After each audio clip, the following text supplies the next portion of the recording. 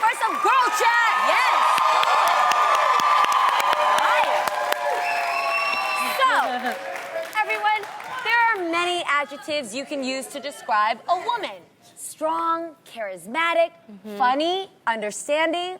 But what about intimidating? Well, according to Elite Daily, if someone describes you as intimidating, it's the greatest compliment you'll ever receive.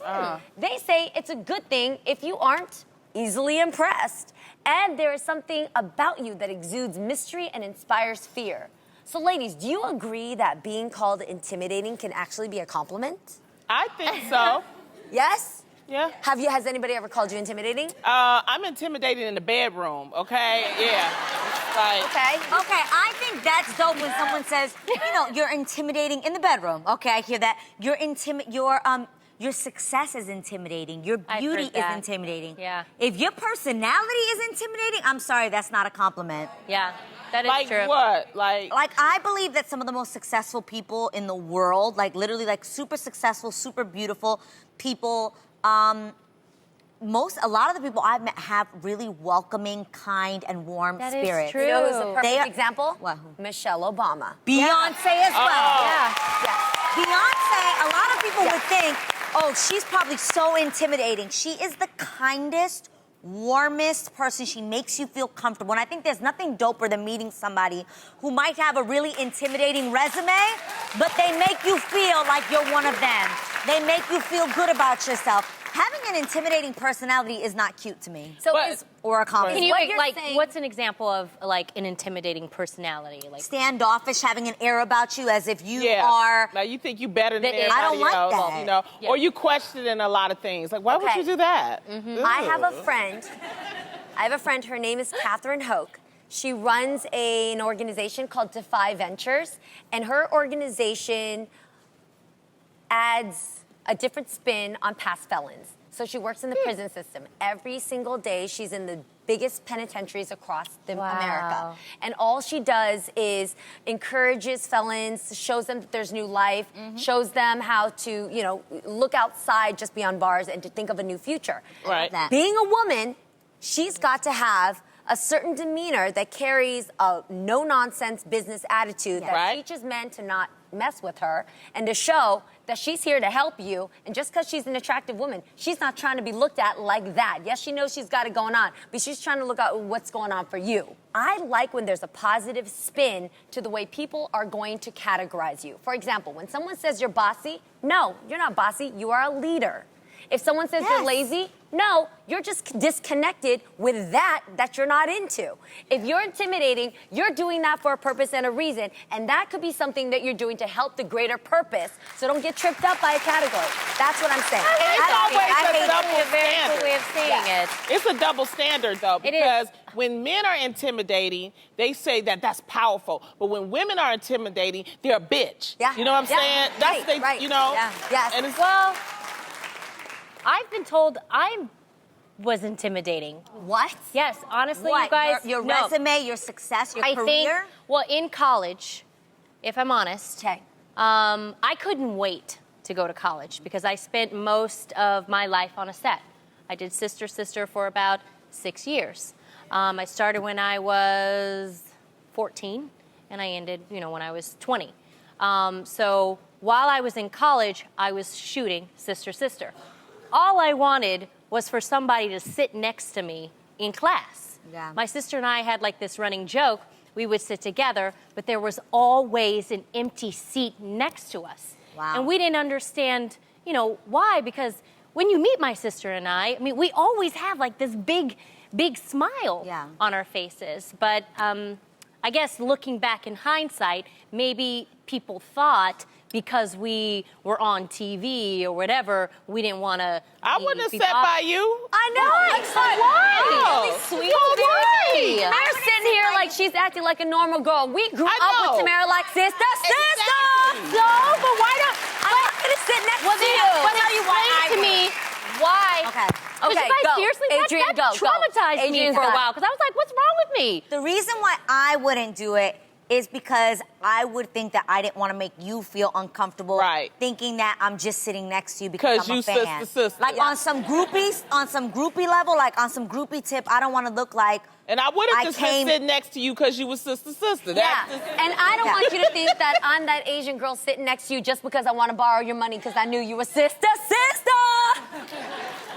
Okay, When I but what first if I had met like a you- big smile on my face No. and I was I like, would give you "Hi." the space I thought you deserved because I would think that you wanted like privacy. when we started doing this show, I was intimidated by you because I grew up with you, so I was Okay. like, oh, I wonder if she gonna think I'm crazy, I'm really silly, because She you does. had that look on your face sometimes. You're like, boy. And so it took a while. So it's like it's not a bad thing. I think it's more of a respect thing when it comes to you. Okay. Because people respect you guys so They don't much. fear You you. clean cut, you're not, slutty and all that kind of stuff. You know what I mean? It's like you're gonna be on your best behavior when they meet you. And that's nothing is wrong with that. Just take it and just deal with it. That's it. That's it. It makes people hold themselves to a higher standard. Exactly. True, but then you guys also have to realize that, I mean, I'm just a normal human being, Yeah. just like everyone I mean, else. in the end, but I just wanted still. somebody to sit next to me, darn it. Well, you had your sister for that. There so. we go. I did. So I we did. won't call you intimidating here, but speaking Thank of adjectives, you guys, here's one to describe this movie theater chain, family friendly. Cinepolis recently introduced a family theater experience which includes a play area for children. Now, you guys, I'm talking play structures, cushy children's seats, and kid-friendly snacks. The company says they want parents to feel, at ease while they watch movies. So I especially want to know what Tam has to think about this I because you have know. children. Do you think that this actually creates the best movie experience for a family or not so much? I don't know. I mean, where's the screen? Are those things in front of the screen? Yeah. No, Yeah. you got horsies in That's front of the screen distracting. and a slide to your left. If man. I'm honest, that's distracting. But that's during it's the kiddie movie, I though. know, but when I watch a movie, I want to watch a movie.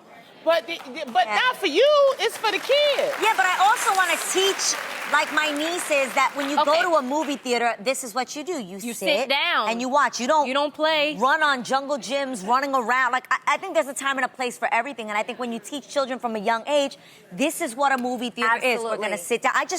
We just took Jet to see Beauty and the Beast. Oh, Yes. it's so good. And It's she's so 5 good. years old, and she actually sat and watched it and enjoyed it. And she understood that it's a quiet place. You don't want to distract other people. You want to be respectful. This is confusing. That's what I'm saying. I mean, honestly, for me, if I wouldn't be able to truly watch the movie.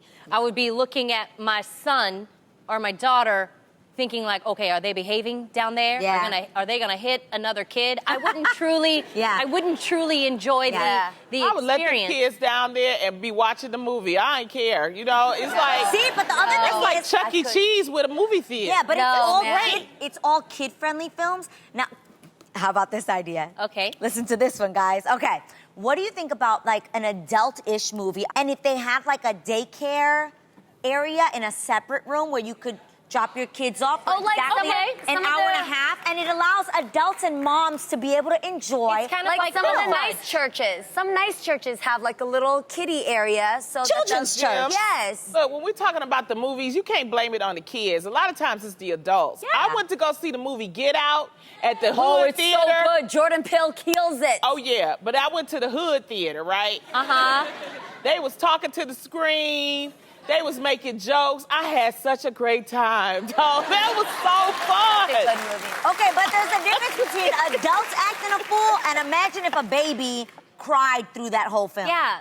That's Well, what I'm saying. I mean, they take it out and stuff like that. You just get used to it. In the hood, we No, do it all I the just time. We don't accept need it. no babysitters. We just like everybody, the baby gonna cry, you know that. You gonna have this man over here that's talking. I've accepted. In the hood theaters, that's what we do. We family in the hood theater. We have a good time. We still watching the movie.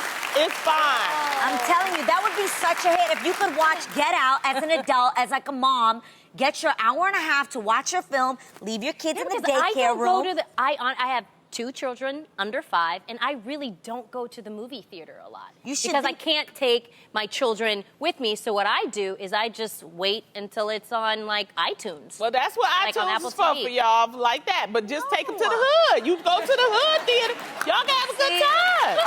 I'll go with you. I know you might be a little intimidated. I'll go with you. Intimidated. Shut up, Lonnie.